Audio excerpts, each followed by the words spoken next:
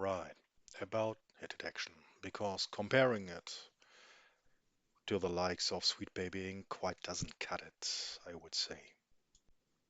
For example, Sweet Baby Inc. is a fairly new company, being founded in 2018, and hit detection has been around since 2009. And something which becomes quite clear early on looking at their webpage is they don't go into all that much detail, pretty much just some bullet points, no mentioning of any titles they've worked on, even the footer is rather empty, and the only other side here is this, where you have the two current company leaders, which joined in 2014 and 2012. Short about the logo, again, this forum, and that's it. Again, going back to the services hit detection provides, this does read a bit different from what one can see on the site of Sweet Baby Inc. As you can see here, where it becomes obvious that with the points of writing, narrative, representation, and only this part development, it's far less, or in other words, focused on something else. I mean, let's be honest. It's easy to imagine that executives who decide about budgets and projects as a whole actually do need input. Since no actual example is given here, one example I could think of would be the life cycle of consoles. Anyway, so this whole topic started, well, to get big by this post of Jacob Geller, who worked for or with Detection as a consultant on the Silent Hill 2 remake. And unfortunately, it does read rather, well, smug. And with unfortunately, I mean for hit detection, because it seems like they do like to keep a low profile. Jacob Geller himself has a YouTube channel, quite big one actually, talking about video games, video game art, and other stuff, I think. And he does other projects too. If you go through the article of that Park Place as seen here, you can see other examples of not so well received posts of him. But still, I would say, considering his content, just check it out for yourself and make up your own mind. But let's go back to hit detection itself and its founder, Croal. Sorry if I say that wrong.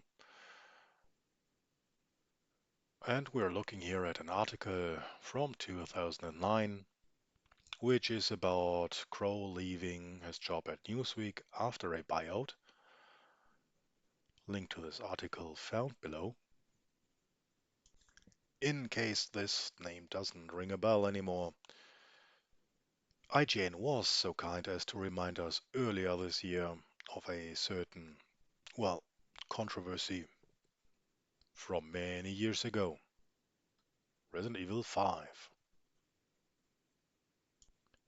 To be fair, Resi 5 being a dumb action game is a valid point, but the portion of the article leading up to the reference to Croal is the part here, which leads to the original controversy after an interview with Croal talking about the original Resident Evil 5 trailer so many years ago, criticizing the portrayal of people in Africa. And to be thorough, this here is the article in question with the interview from 2008, where it's about the appearance of a trailer. I repeat, this is before the game even came out.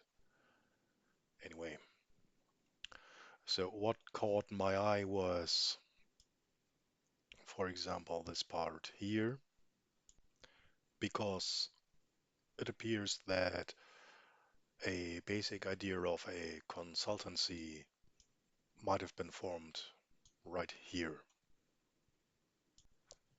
Jumping now to the year of 2012, at Hit Detection, it's all about giving feedback to game developers before anyone knows their game sucks.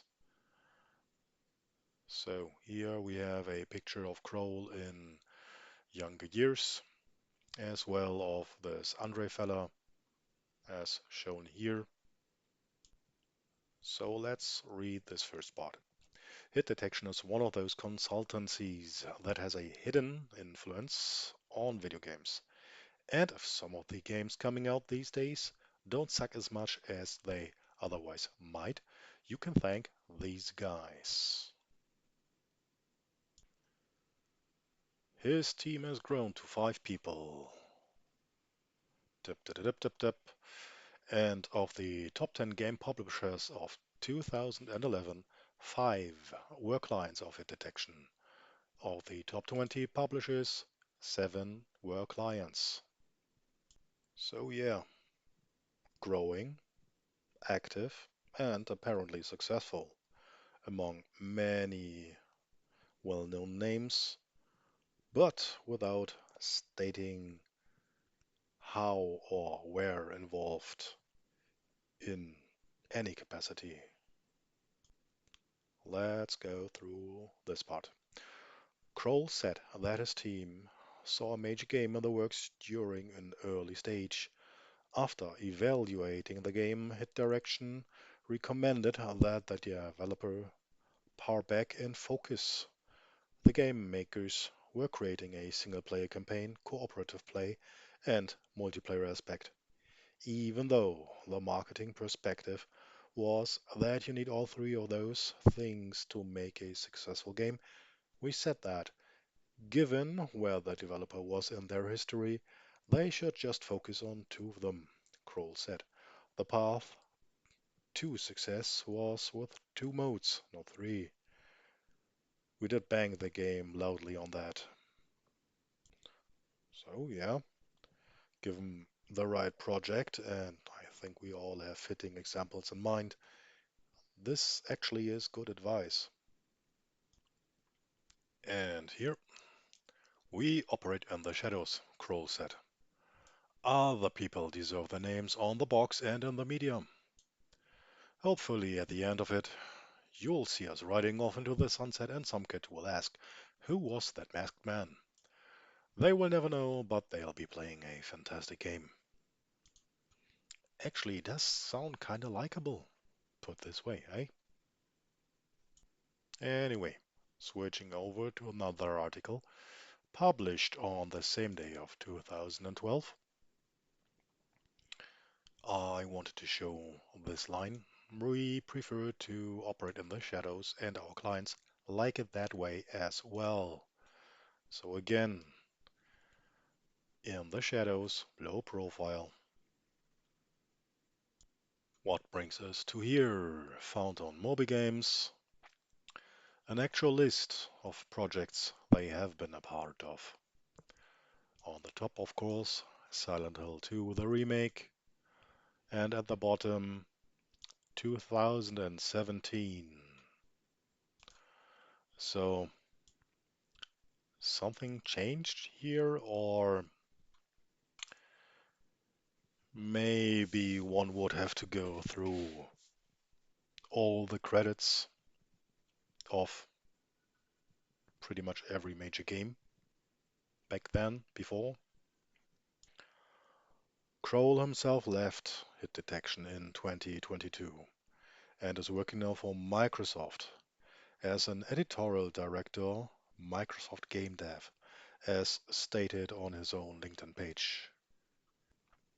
So, coming to an end, still the question is how in practice their consulting looks like. What influence do they actually or effectively have?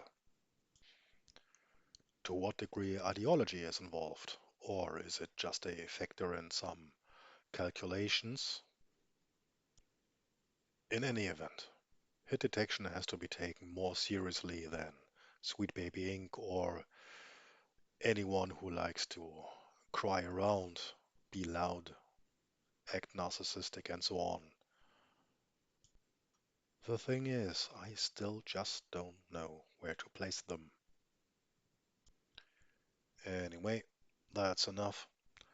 If anyone even listened to this, well, thank you, and sorry for the quality.